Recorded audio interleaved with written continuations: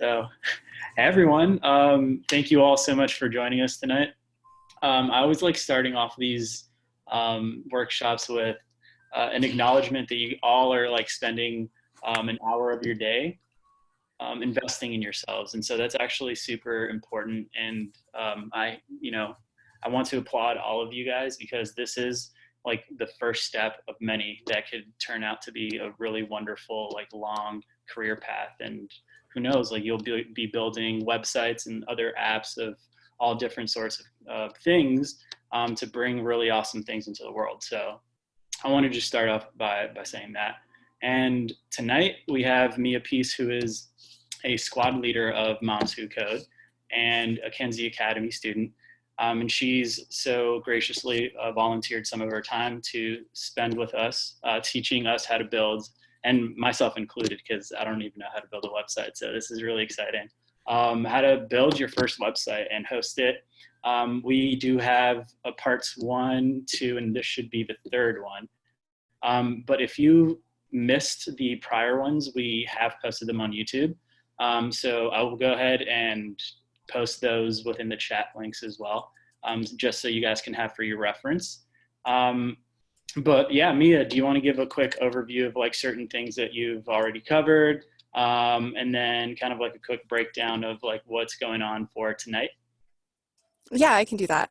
Let me make sure I have the right page pulled up before we switch over to screen sharing here. There we go. And we'll go ahead and do this. This is the page that I made beforehand. The idea of this workshop is just to get you guys with your foot in the door and to have you kind of produce your first web page. And then we're going to build upon that concept every week. So that way you can personalize your web page for what you want to do and then take it to the point of building like your portfolio or building a blog or whatever else you may want to do with when you break into coding, it's kind of hard to take those first steps into things, and we like to try and make that a little bit easier, so that's what this is about. The things that we covered in this were headers, how to make text appear on the page, how to customize your background, your text color, resize your images, and how to center everything. Last week, we went over different aspects of what we had already built on, so images, text, and trying to build something that we could then resize, which if I did it right, yes, there we go. I actually fixed this from last week. And so this code is actually up on GitHub, as is all of the coding that we do goes up on my personal GitHub. So if anybody wants to look at it later, you guys are more than welcome to look at that. Plus the YouTube videos go up to make it just a little bit easier for everybody to participate. So, oh no, let me fix that. Got to keep moving this screen share thing around. So with that being said, this week I wanted to go over some text elements. In that, we're going to go over some headers. We're going to go over how to emphasize and bold text and italicize our text. And we're also going to go over just some common sizing, such as pixels, EMs, view heights, view widths, and how those just kind of make this a little bit easier for you guys and just expand on our understanding of what we're really doing here. So I use Visual Code, Visual Studio Code, and this is what I've come to know and love. This is what I teach in. Every code editor is a little bit different, but Visual Studio Code has been my tried and true. It has a lot of little tidbits for you that make it easier when you're just learning. Like if you look over on the left-hand side of the screen, you can see that my index.css has 1 next to it, and that means there's 1 error on the page. And I had actually forgotten that I left this curly bracket there, and obviously it's not connected to anything. So it's letting me know that there's an error in the code and that I need to fix that. So I can just go ahead and delete that, and I'll make the error go away. Makes it a little bit easier when you're just learning, so that way you can do your beginnings and your ends without really forgetting about meet in the middle, getting everything mixed up as you're going along. So This is our trials page, which is the page that has the 3 pictures. And then this is our main page, which has our actual project on it. And this is going to be the page that we work on today. So let's go ahead and jump in. So first, I'd like to direct us to our header element, which contains the H1 element in here that says hello. Now, the H1 8 through 6 elements are all what we consider header elements. They're built for text.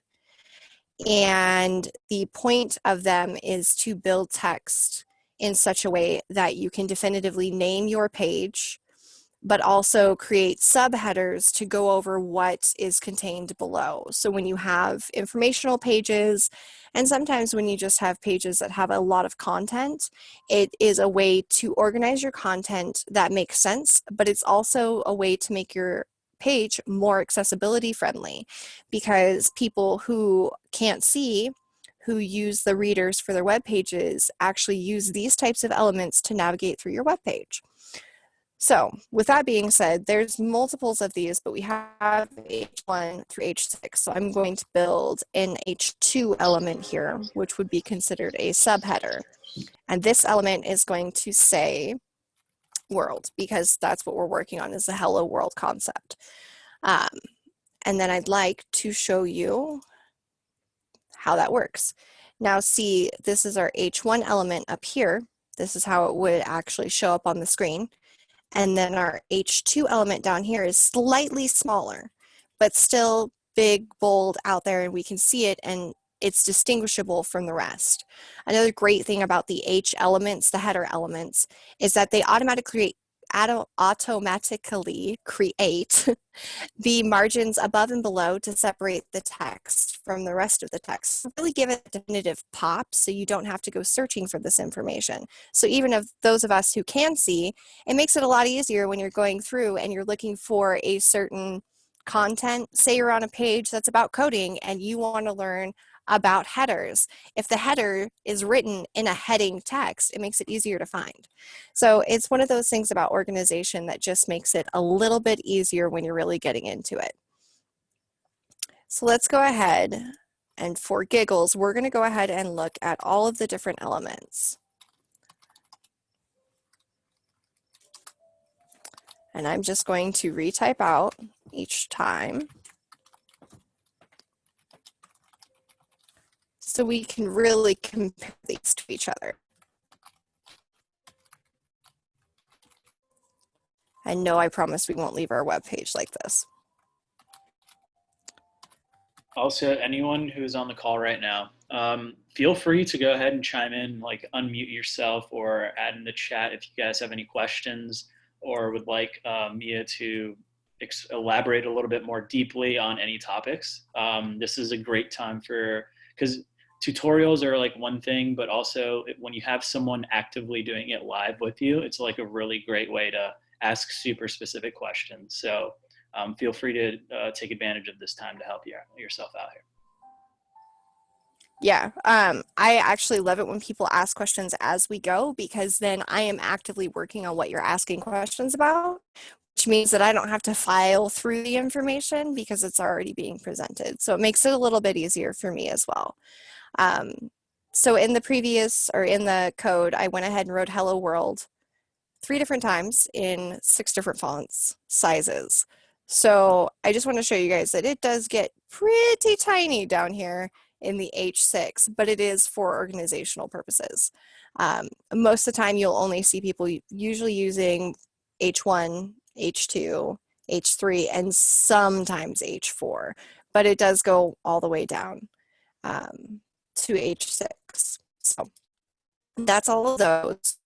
And now we can see how big and how small they are and just how many subgroups you can really make. These are all also customizable within CSS. So say I want my H1 element to be bigger, I can type in H1, because that's the header element, put in my curly bracket here, enter, and then do font size.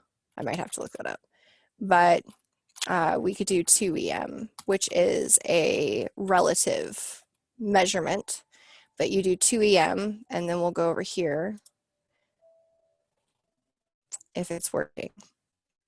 Let's just go ahead and put in a pixel font here. We'll do 60 pixels because everybody knows that's way too much. And I might have coded this sideways. Nope, there it is. See, and now our hello is like way big, way bigger than it was before. And you can even do it to like your H6 element. See, and now our world is gigantic, and then this is the H1 element, how it's supposed to be. So you can personalize each of these elements and make them bigger and smaller depending on what you're using them for, and depending on the way that the rest of your web page is designed. Now, obviously, I don't want my header to take up my entire screen, so we're going to go ahead and go back to just our little hello world. We'll stick with hello because that's what I have everything sized for. Don't want to make this too complicated now. And then we'll go back and check it and see, now everything's back to the way we had it. So now I'm going to go over some ways to really make your text pop. So down here we have a paragraph element. And the cool thing about paragraph elements is just they are paragraphs. Paragraph elements will automatically, just like heading elements, create margins above and below to separate them from the rest of the space. But you can also do a fun thing called a text indent inside of them, in which you just write text dash indent, if I can type today, and then you say something like 25 pixels. Again, I prefer pixels because it's quantitative. Pixel is about 1/96 of an inch, if anybody was wondering. But they're the same. So pixels will appear the same on any viewport that you use, whereas anything that's a relative, like adjusting things based on the view height or the view width, will change based on the amount of space that there is to display. I like using pixels for especially text because I want the text to stay the same no matter if it's on a computer or a phone. The alignment and everything else might change to make it more readable, but the size should stay the same because of the fact that I want it to be readable and accessible to people who maybe don't have the greatest vision or have a hard time with things like dyslexia. By making those elements not change and making them stay the same, it makes it a little bit easier going back and forth between mobile and desktop. So just a little personal thing that I've picked up over my time of coding. So then if we go in here, you can now see that this is no longer centered, that it's slightly offset to the right because I put a text indent on the paragraph element. This is really nice for when you're blogging. For instance, I will pull up my blog and show you guys what I mean. At the beginning of every paragraph in my blog, you will notice that there's this little indent, and it's just another little way to let people know that this is the beginning of a paragraph. It's something that we're taught to do in school, and it's just a nice little element there. So back to the task at hand. I'm going to go ahead and get rid of our text indent. And now we're going to work on how to change hello world to make it a little more noticeable. Now there's a couple of things that we can do here. We can make it bold, which would be just putting in the bold text, which is the less than caret B greater than caret, and then your whatever text you're trying to make bold, and then it's less than caret slash B and greater than caret. I like referring to them in math terms. It makes it a little bit easier for me to remember which ones are which. So Can you what? can you upload a image off of your desktop into your HTML and You can. versus you can versus an online photo? Oh yeah, I actually do that for my personal blog in case of people who have a hard time with internet connection. Some people will insert their images into their blog in and of itself, and I Okay, can show you how to do that real quick. Let me see if perfect. I can find my files. I'm still getting used to Linux, so some days it's a little bit slower than others. So I'm actually going to go steal a picture from one of my projects that I'm working on. Let's go ahead and do this one. So I'm going to copy this. We're going to go back into my projects. So my folder on here for this project is CK project, and I'm just going to go ahead and drop this in the main section. So as you can see, the picture is now over here. In VS Code, when you open a project or open a folder, it'll open up everything in that folder for you. I usually will put these in an images folder to make them a little bit nicer to navigate to. But for instance, I am going to turn on my text wrapping so this is a little bit easier for me. So I'm going to remove this and say that I want to put the butterfly picture in there. I would just start typing and it'll auto suggest the name for me. And so then I can put that in as the SRC instead of the URL. It still has to be in quotation marks though. And then if we go back to here, you can now see the butterflies there instead of our hello world image.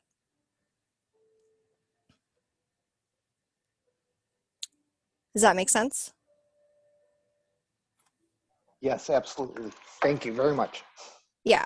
I'm going to show you another trick with it that I actually was schooled on last week with a friend of mine. So say you have a lot of images that you have in your website or whatever you're creating. It's a good idea to build a folder to keep things a little bit more organized. So here, I swear I just built an images folder. Let's try that again. Images. Okay, well then where are you? There it is. So now we're going to put this in here in the images folder. Yes. Okay, so now it's over here, right? So it's SRC is going to change a little bit, but it's not going to change as much as most people think it would. So let's go ahead and get rid of that. Now we're going to cite the folder first, and then we'll cite the picture, and it'll work just the same. Picture's still there. You can also use this for backing up out of folders. If you want to back up out of a folder, it's period, backslash, and I'll show you that.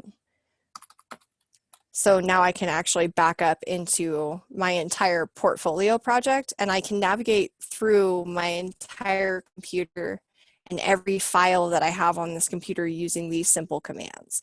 You can keep backing up just by using the same command. And it'll show you. VS Code will show you the entire way. I am, however, going to put our SRC back in for our URL. And then you'll see that we're right back to where we started. So I hope that that explained things adequately for you. And if you do have more questions, you're more than welcome to post them in our workshop website as well. If you go to do that later and you need any clarification on how that works, we're all here to help. So bold was what we were working on. So I put the bold coding and wrapped it around the hello world element. And now look, it's nice and big versus the rest of the text next to it. We can also change that to big to make the text actually bigger. As you can see, it's red in mine because VS Code doesn't actually like to do that one.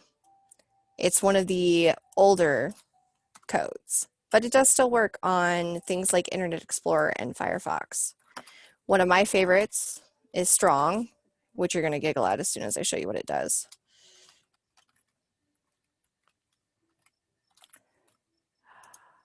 No, that's not what I wanted. Look, it's very similar because strong and bold actually do the same thing to our text, believe it or not. It is very much a case of multiple ways to get to the same point. Now, I prefer using B because it's a lot quicker. Some people still use strong because that's the way it's been for a very long time. Another good example of this is the emphasis text, although it's much shorter. You can add an emphasis onto a word, which is it's italicizing it. And we'll go over here and look and see now it's tilted, which is italicized. But you can also do this, really need to quick key this, by just using the I.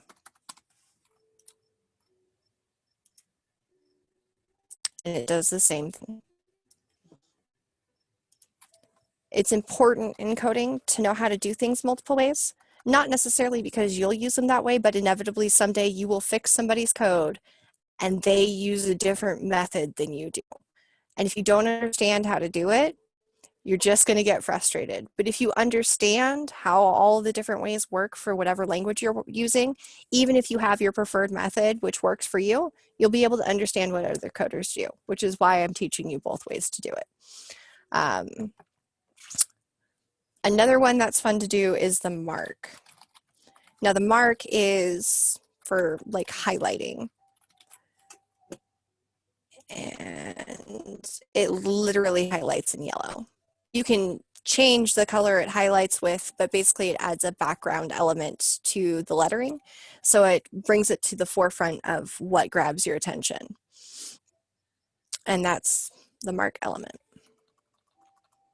So those are just some fun ways that you can change your text and emphasize the things that you want to emphasize and take away from the things that you don't want to emphasize to really draw attention to the things that you want people to focus on, and then to be able to add extra content and fluff for the people who want to know all the little details about the things that you're trying to get them to focus on. So the other thing that I wanted to go over is sizing. So again, we're going to delve into the paragraph element because it's easiest to see sizing in text. And what I mean by that is we see that the text is this size right now. But again, as I did earlier, we can do font size. And again, we'll go ahead and do the 60 pixels for giggles. And we go here and wow, now it's a lot easier to read because it's a lot bigger and in your face. Pixels, like I said, is a very static way to change something. If I change something to 60 pixels on here, it's going to be 60 pixels on my desktop, and it's also going to be 60 pixels on my mobile. Now, I could change it to 25%, and we can see what that does. Oh, look, now it's tiny. When you use percent, it's a relative, which means it's relative to the original size. I promise it's underneath the photo. I can barely see it, so I'm sure that everybody else is having a hard time. But let's go ahead and move this up to 50%. Now we can kind of see it. What if I put it at 200%? What would that do? Oh, look, now it's bigger than it was, but you know, not too horrible. Relative sizing is great because it will change according to things like how big the view area is, or the parent element and how much room you give that parent element to move in. The thing that's not so great about them is the fact that it changes size. And sometimes you don't know what size people will be viewing it on. And so if I were to make it relative to the size of the view screen, so if I said that I wanted it to be 25% of the view width for giggles, well, now it's gone because it went down here because it's huge. And there was no more room for it where we had allocated. Making things relative to things like the view height and the view width is great when you know what you're working with. But when you don't, it can easily get confusing and frustrating, which is why I tell people all the time, please play with what you're working with. So I'm going to go back to pixels because it's what I know and love. And I'm going to go ahead and set this to 25 pixels because I feel like it was just a little bit too small when we were working with it before. And now it's just a little bit more user-friendly. I can see it easily, and it makes just a little more sense when I'm looking at it. So I hope that that all made sense today. We were actually able to get through the entire curriculum. And does anybody have any questions about anything we did today? I do. I am all ears. So with VS Code can you also do like visual design on there? Or I forgot what it's called exactly what I'm working on, but it's like under the visual design tab in Slack. But it's like graphic design? No, it's called visual design in Slack, but it's like the writing of it is called a wireframe. Oh, yeah. So wireframing isn't something that we do normally in VS Code because as you can see, VS Code is made for coding. Mhm. My favorite wireframe is actually Whimsical, and I use it for school all the time. Yeah, because I gotta Um, make my project into like a computer like project, mhm. and I Yeah, don't really know so how to do that. I think I talked to this you about is that the last time. wireframing. Yeah, this is wireframing, and this is done through Whimsical. They have a wireframing mode.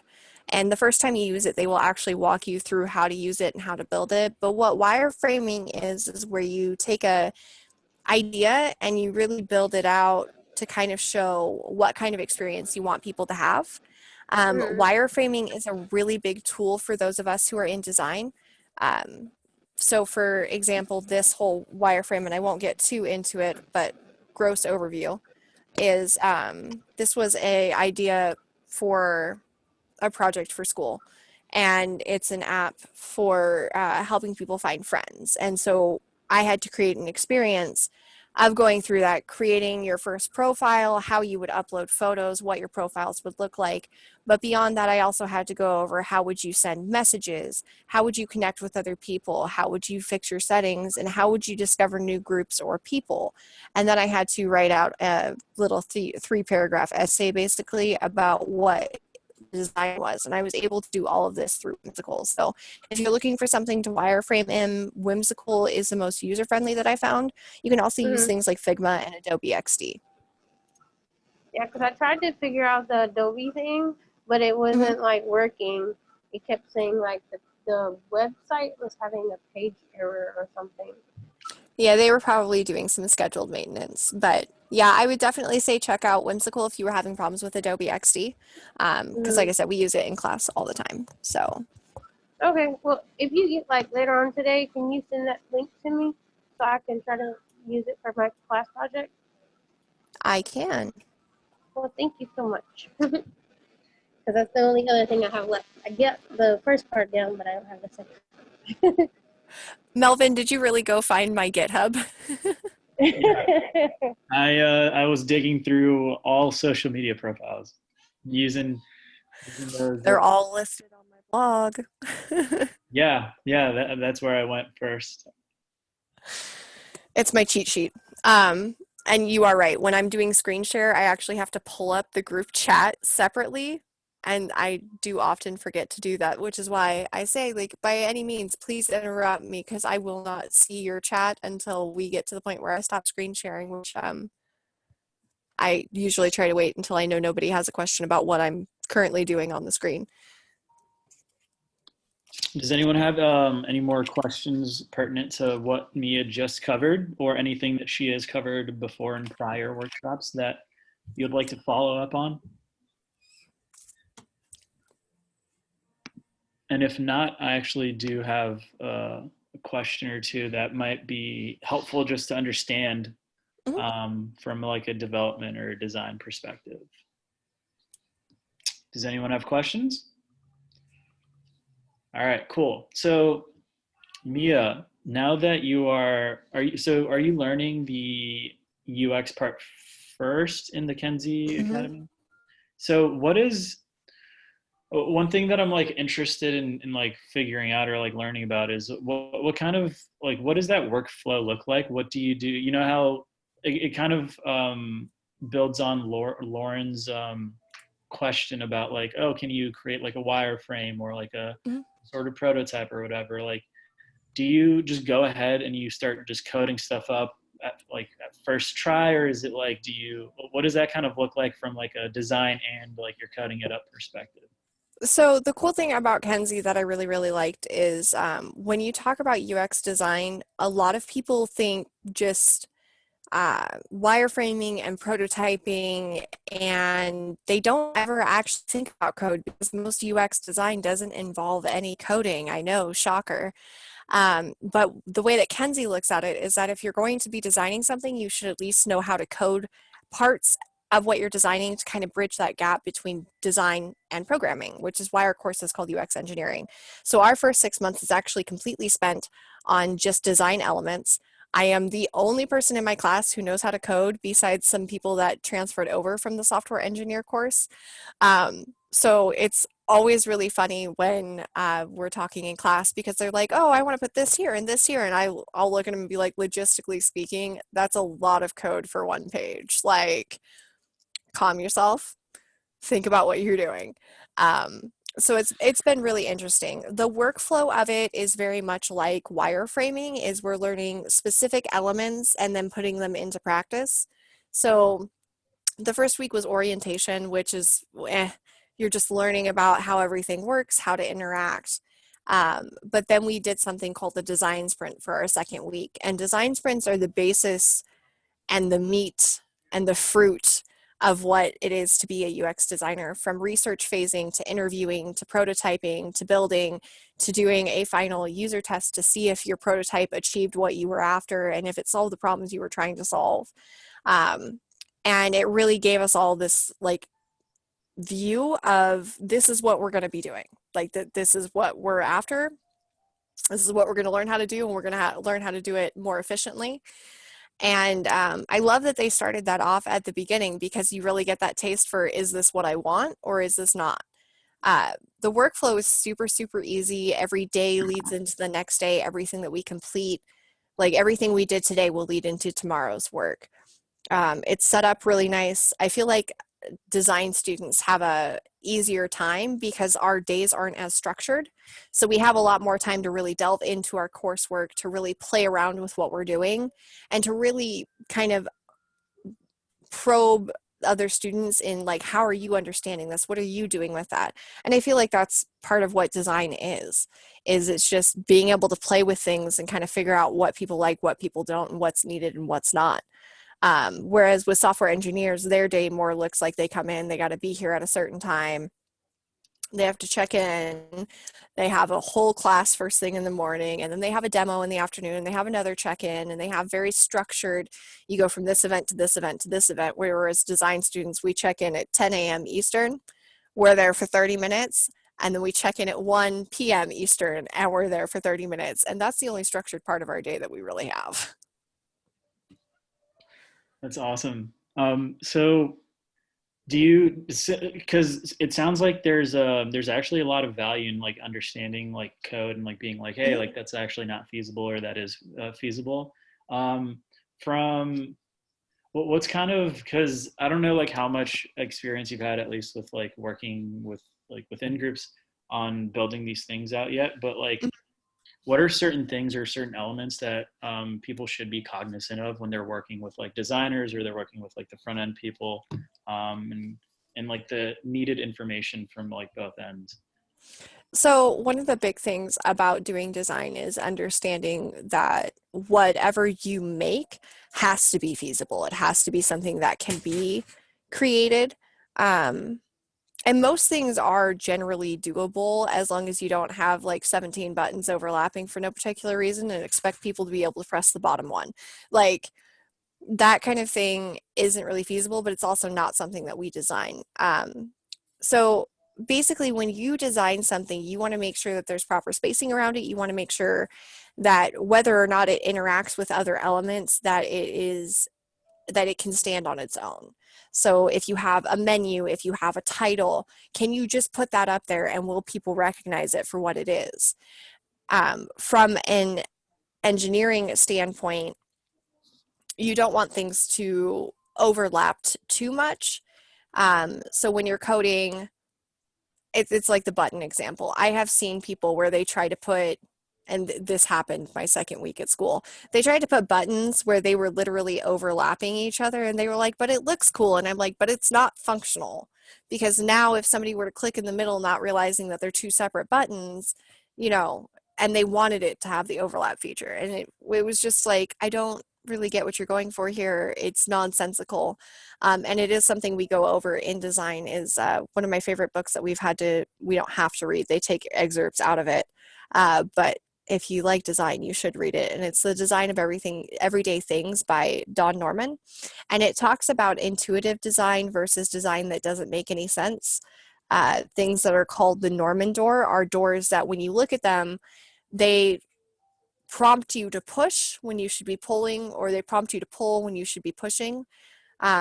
And talking about how intuitively designed doors is like, if you put a plate on the door where a person is supposed to push, they're going to know that that's because intuition says that if there's a plate and there's no handle, then I'm supposed to push. And if there's a handle on the other side, we know that we're supposed to pull on that because it has a turn handle that we're supposed to pull towards us. Intuitively, that's what we do as humans. And so that in design, that's what we try to encompass. And when you truly do intuitive design, then software engineers can literally pick up exactly what you're doing and write it into code, because it's not going to be interfering with each other. You're not going to have elements that are overlapping in a way that's nonsensical. And when everything kind of flows, it almost makes it easier to code. So as far as what people need to understand back and forth, designers really just need to understand what it is that they're designing and make sure that it's intuitively designed, and make sure that they are really wireframing and prototyping in such a way that a software engineer can look at that and go, okay, that's a button. I know that that's a button. I can see that I can click on it and then I'm supposed to do and link it to this. And that's what prototyping is for. So we can show not only our users, but our software engineers, hey, this is what our idea is and this is how we want it to work. Without these tools, I think that it would be so much more difficult to communicate between designers and software engineers, because we'd have to use like paper, and I'm not saying it couldn't be done, but I'm just saying it leaves a lot of room for error. Whereas with things like prototyping, where we can actually show the entire flow, that if I click on this button, it'll take me to this page, that this element will work in this way, that this progress bar will be attached to the progress that I make on this page. By being able to attach those elements in prototyping, I now will not have to sit down with the software engineer and say, I need this to do this and this to do this, and have them take 20 pages of notes. I can send them the prototype and say, this is how I'd like it to work. If we have any issues, can you let me know? And then we can do feedback via the prototype. And it just gives us a lot more tangible information that makes it a lot easier for us to communicate. Yeah, and to kind of bring that back over to like creating your first website, right? Like, what are kind of like those initial thoughts that people should be considering or thinking about as they're like building out their first website? So I always like to play that your first website should be something that isn't necessarily intrinsic to anything, but it should show who you are. So choose something that you like and then build a little, basically a snippet into that. You know, the way that I customize the CK project is black and purple, because those are my two favorite colors. And that's just something that shows a little bit about me. The image that I used was one that I particularly found visually pleasing. These types of things make something your own without you necessarily having to blast your name all over it or put yourself too far out there. You can make something that for you is just visually everything, while also not overloading the user or whoever is going to be looking at your project with too much information. It's also a fun way to gauge how far you've come, because when you get 6 months into coding and you turn around and look at this little project that you built, you're going to be like, watch this. And then you're going to build a blog that's better than mine. And I'm going to be sitting over here jealous because I have 6 months till we work on coding in school. So it's just, when you go into stuff like this, your first website should really just be about creativity and not so much structure. And then once you get that first step out there, then you can start thinking about, like, my blog took forever to map out. I have more pages than I'd like to mention about how I mapped out my entire blog, how I wanted people to feel when they were looking at it. I have pages on notes with how I wanted the navigation system to work, how I wanted the banner to show up. And you can get pretty detailed. It doesn't have to look pretty, just as long as you know what you're getting after. And then you can use those to move forward. I mean, these were some of my first sketches about my blog, and they're not very pretty. They don't look very nice, but they're there.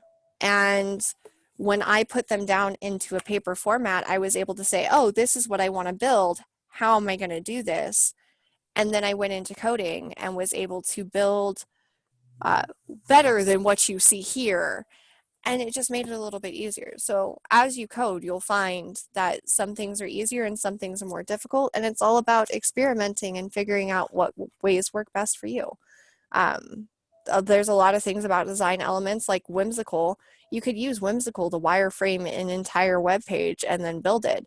So it's like having a frame for what you're doing. I mean, that's why we call it wireframing, because you're basically building a frame for what you're building so that people have something to build off of, not just this idea in the air that they can't really tangibly touch or see. Yeah. So what were some of those things that you found out to be like difficult or like easy when you were learning how to build your websites? Oh man, CSS and I have always fought, always. CSS is just one of those things that, some people complain about JavaScript, but JavaScript's just algebra for adults, in my view. So CSS was so much more difficult for me in learning how to like really customize and how things affected. I mean, I had the hardest time learning how to use view height and view width versus using pixels. And so that's where pixels became a crutch for me for a very long time. And I had to push myself out of that when I was building my blog, because I couldn't just build everything in pixels because I was building a blog that was supposed to be mobile friendly. And so it actually pushed me outside of my comfort zone, which is one of the things I love about building with coding. Is sometimes you take on these projects and you're like, I'm going to be able to do all of it. And then you get halfway through and you're like, holy crap, I don't know what I'm doing. And sometimes just being able to push through just makes it so much more fun. So CSS was really my problem when I was building my website, even with my blog. I've been using CSS on and off for 13 years and I still don't like it. But I'm still really good at it, so we're still using it. But So how do people kind of find like situations or set themselves up in scenarios where they're forced to kind of continuously like push themselves out of that comfort zone? emulate your favorite websites. Take on Facebook. I mean, I'm still working on that one, but it pushes you outside of what you think you know. Um, and it's actually one of the challenges that we're told to do in school even is, go look at applications or websites or things that you use every day and try to emulate them inside of coding and see if you can understand why things are that way. See if you can break them. See if you can make them bigger or smaller. And in doing this, you're really going to challenge your knowledge base. So you're going to learn new things because you're actively and kinesthetically using them, which is the way that most people learn. But you're also going to have a better knowledge base because of the fact that you've played with, broken, and fixed all of the things revolving around that element. In that way, you're going to be a lot more comfortable. And then when you have to go in for job interviews, you're going to be like, I got this because I've already broken this 50 million times. What's 50 million in one? I like that. That's always, yeah, that's always like interesting to do. And also even going above and beyond that, like taking two things that like you really love and trying to figure out how they would, create a new product if they were both together. Mm-hmm. That's even like more advanced. Yeah, I like that. I'm not quite there yet. Yeah. As far as the people that are on this like chat right now, how far along are you guys with like your own websites? What are certain things that you've either like learned or like you're going through and like you're coming to find difficult, or just like cool takeaways that you guys want to share? Anything?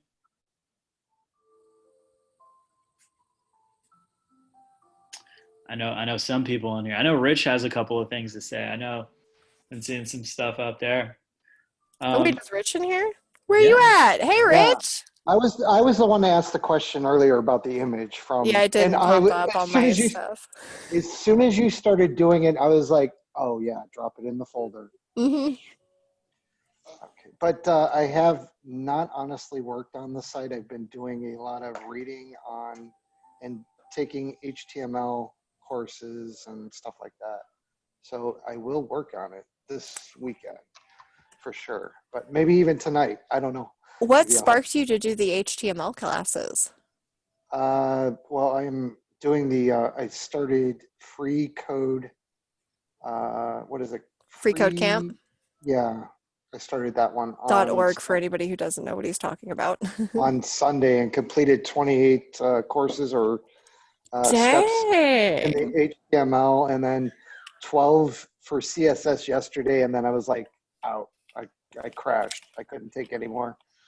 And That's a lot, though. I mean, I did the same thing when I came back into it, but that was coming back with prior knowledge. So I can't imagine delving into that for the first time. And man, like, just that's amazing. That's a lot of information to intake at once. I'm really proud of you. I'm going to go back through HTML again, Mhm. through the course again, but it was awesome. It just like I was eating. I was like kept eating and Yeah. eating and going with it. And I'm just going to keep working off of that. I'm so excited for you. That's like, Thank you.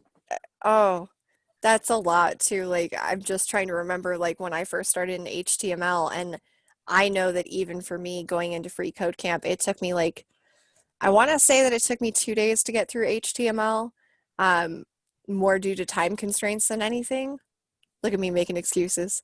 Um, but I can't imagine going through that for the first time and absorbing that much information. Like, I cannot express how much I'm very, very proud of you to tackle that like that. Like, that's just really, really cool. And I'm really, really excited to see where you go. Yeah, I think that that knowledge, having that knowledge in your back pocket, will definitely make you a lot more, let's say, well-rounded, a lot more Mhm. better informed when you're making your, coding decisions. But remember that like the best teacher is just like trying it out, like coding some stuff, compiling that, and then seeing a million errors pop up, or like how all of these buttons look weird, and it's like, oh man, I like, okay, like, one step after another, just like learning and growing with that aspect. But yeah, that's awesome, Rich. I really am looking forward to see like how like your website turns out, and then 100% like make sure that you let us know if like there are any things that you want to like implement tomorrow. Like we even have a JavaScript workshop going Mhm. down, so that's a perfect like supplement to just this creating your first website. So Yeah, anybody who comes to these, you guys should definitely be doing the JavaScript workshops as well, because HTML, CSS, and JavaScript are the basis for every other language out there. If you can understand HTML, CSS, and JavaScript, you have the basics to understand every other language written. And I mean, like the difference between like JavaScript and Python, which is a back-end coding language, is minimal. Like I can crash course Python because I know JavaScript, not for any other reason. And so that's why I'm so big on anybody I interact with, like learn HTML, CSS, and JavaScript. Because if you build these beautiful foundation poles, you can literally build spiral staircases to your heart's content on any other language. Spiral. I love that analogy. You will, baby. I like spiral staircases, so I can't use them anymore, but they're pretty to look at. Yeah, I totally get that. Mia, was there like little last tidbits that I know, because last time you kind of your screen kind of Yeah, so what happened last time is that I couldn't actually grab the bottom left-hand corner of my window to resize it. And so I actually fixed that this time. Watch it like not work just because I fixed it. For the CK project, I went back, made sure the code was good. And now, if you get the viewpoint over 600, it will change from row to column for the images. oh That's what I was trying to show last week. That was literally the only thing that was bugging me out here. oh that's cool. I like that. It is, but it's also very frustrating. I was actually going to see too, because one of the features that I have on my website, product placement, is these shooting stars. And believe it or not, those are not JavaScript. Those are written in CSS. Oh wow. I only have one thing on my entire website that's JavaScript, and it's actually the typewriter text right here that happens when you first come to the page where it types it out. Oh It's the only really? JavaScript I have on anything. Everything else is completely written in CSS. And so I was actually going to see if everybody wanted to learn how to do that, because we could go over be like a 3-part series because it's going to take me about an hour and a half to actually code everything. But if y'all want to learn how to do animations in CSS, they're complicated, but they're fun. That can So definitely be a thing. I think some people would love to just play around with that, see how like different elements can just have more dynamic, parts to it. That'd be cool. well, and I feel like a lot of it too, like we've done so much structure that I think doing a little bit of fun every once in a while might not be too bad for everybody. Yeah, totally. I get that. Okay. Well, does anyone have any last minute questions? Otherwise, like, Thanks, Humira. yeah, everyone just absolutely loves your workshops, and this is really awesome. Like, I love hearing like all the great things, like even within the squads, and I share around like the events and everything. Like, they're just like, oh, I love Mia. So I know it's definitely one of the more humbling experiences I've had because like I think I'm pretty awesome, but it's really weird to have other people say it. Uh, yeah, so it's been cool.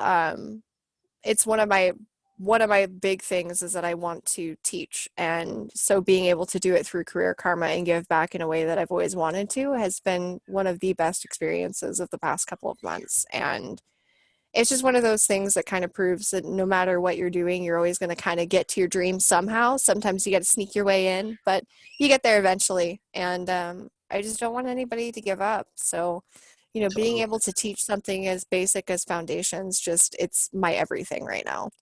Yeah, and there's like a handful of people like on this call right now. Like, Rich has been super engaged in like a lot of these webinars, and like I know Lauren's always like in the squads, and Hmm. actually we have two Laurens. We have another like new Lauren, and she's been super like engaged with all these things. Yamira, right? Like the all of you now that are going through like these webinars and kind of just figuring stuff out as you go and like learning and consuming and using all the resources, you end up becoming you end up like looking back and you're at this point where you're like, wow, I know so many things now, and I would love to like nothing more than to give back and do exactly what Mia's doing right now, and just Hey, like tap out with me. I'd love a week off every once in a while. and so it's like amazing just to see that like this is kind of emulating like the whole ethos of like what career karma is. So like you start at one point and you're like, oh wait, all of these things that I've like learned, like I wish I could have learned it in like this way now. And so now you kind of teach it to the other people, and like over time we kind of nail it like granularly all the way back down to just like the most optimized way of just like learning everything from the get, just like that. Plus, it builds that resource on Career Karma. Is like if somebody likes the way that you explain stuff and they can go find your resources that you've given back to the community via the YouTube website, then that you're making that step much easier for other people. Because like the way that I teach, I couldn't find people who would explain things in the way that my brain needed to comprehend them. So there was some parts of coding that took me way longer than they should have. Um, it's actually led to a couple of people have asked me to build my own YouTube page, and I won't do that as long as I'm here because I want this resource to build. And then when I move on from this, I'll be building my own stuff. But it's one of those things of like you never really realize how many people need the resource that you can offer until you offer it. I didn't realize that the way that I explained things was so much different than the way that other people did, or that my energy or whatever aspect of it that really draws people, until I started doing these workshops. And then I had other students that I go to school with pop in and be like, hey, by the way, caught your workshop. That was pretty dope. And I was like, I didn't even know you were in Career Karma. Like, we never interact. So, hi over there. I'm very shy now. That is so cool. Wow. No, I think that that's completely accurate, right? Like everyone's going to have a different form of learning, and sometimes you're just going to have to listen to the same thing like 50, 100 times before it finally clicks. And it's like, whoa, actually like that analogy that Mia just like talked about was like, it was exactly the way that I needed to hear it. And like now like everything else is like a cakewalk, right? And so it's just exposing yourself to all of these resources, which by the way, discussions will be coming out with this web app very, very soon. I think it should be coming out within the next week or so. So that's going to be super exciting because I know a lot of you, especially like Rich, I've loved seeing your like posts. And currently the way that it is right now, it's a little difficult for some people to just like go on like posts or whatever and like comment share. Or we're going to be introducing that in a news feed so that it kind of emulates like you can always see what's going on. Like I'm a little overexcited about this. yeah, you can be up to date on the like the latest happenings. Like now everyone has, you know, access to everyone else. Eventually we'll want to be like implementing different things that emulate kind of more like a social network type of thing. So you can follow certain people that you really like, you know, hearing about. There's a lot of really great stuff coming up, but you guys are the essential like Test group. yeah, you're the test group, right? You're the first frontier that we have. And so with every use case that you guys do, right? With every post, every comment, and just like your interactions with discussions and the app in general, like feel free to like go ahead and contact me with any feedback that you have, ideas for content, or just like what you would like to see more of. You know, there's a million different ways that we can grow and expand this this initiative and this app and like this community and this company and everything. And so having you all kind of build that alongside us is the ideal scenario. So please keep giving back feedback and keep using it, like break it, test it, like all sorts of things. And we'll be right alongside you trying to make it the best way we can. See, I'm excited about the web app because I type at 70 some odd words per minute on a bad day. And like right now, I have to use this little piece when I'm typing on Career Karma, which is a USB-C adapter to a USB 3.0 adapter, so that I can then plug in the USB 3 adapter for my keyboard to hook up my keyboard to my phone so that I don't wear out and get carpal tunnel while I'm working on discussions. So that's been fun. I've broken my phone a couple of times because of that, because of typing too fast, and my phone goes, we can't do anything else, and just shuts down on me. Oh, wow. That's So cool. Yeah, yeah, no, I'm very excited. yeah, I'm going to be very upfront here. And you guys will know, we'll be on a little secret. I guess it's not really secret anymore because this is going on YouTube, but I'm actually using like a keyboard myself, and I'm kind of like copy and pasting it into like the post. So Mhm. I'm actually, it'll make my workflow a lot better and easier. And I'm very confident because we're seeing a lot more engagement, a lot more people posting and commenting and liking. So it's, you know, coinciding just at the right time because we're going to be releasing this app. And please, like I said, play with it, see what you like about it, see what you don't like about it. All feedback is welcome, good, bad, ugly, like beautiful. Let us know. Oh yeah, I'm looking forward to it. I'll break it. You'll take it. And I so, love your kids' input. so yeah, I think that will conclude for tonight's workshop. Again, there's also like a really awesome, I don't know if like Yamira, Rich, Lauren, I know Lauren's posted her story, but this is also like a really important thing to do. And I was actually talking about this in yesterday's workshop that was job search related, but there's going to be a certain aspect of like telling your story that's going to be super crucial as you're entering the workforce. And what a lot of people don't really understand is as you're learning, you know, like the basics, the fundamentals of like HTML, CSS, JavaScript, like these are really crucial technical skills to have, right? But when you're entering the workforce, when you're searching for jobs, when you're hunting for that opportunity, that's actually an entirely different set of skills. And it's going to be really important that as you're learning like how to code, you're learning like how to, you know, get a job. And you don't want to like run a marathon without ever having like run a mile before, right? And so once you like finish with your coding boot camps, or like you think that you know you've worked on a project and you've built it out and it's like looking really good, you want to make sure that you have those supplemental skills to, you know, push you towards that last you know, mile in your marathon and in your journey. So also feel free to join us on Mondays for those job search masterclasses. They're And really good.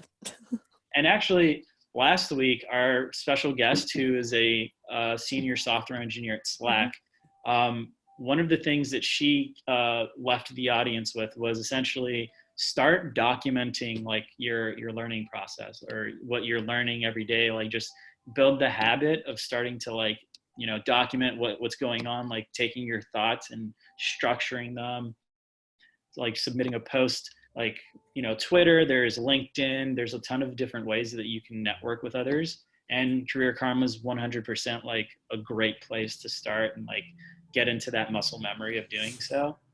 But yeah, like if, you know, she's gotten her job at Slack, like partially through like people understanding like how she thinks and like who she was as a person, because she was like continuously like writing about her experiences going through coding boot camp and like how difficult that was. And it's also like a really awesome thing to just be able to look back on and like, wow, like this is how far I've come. So feel free to Helps you check out process information too. yeah, feel free to check out those add a chapter posts. I will be updating mine, and I'll be adding another layer on top of the story that I have.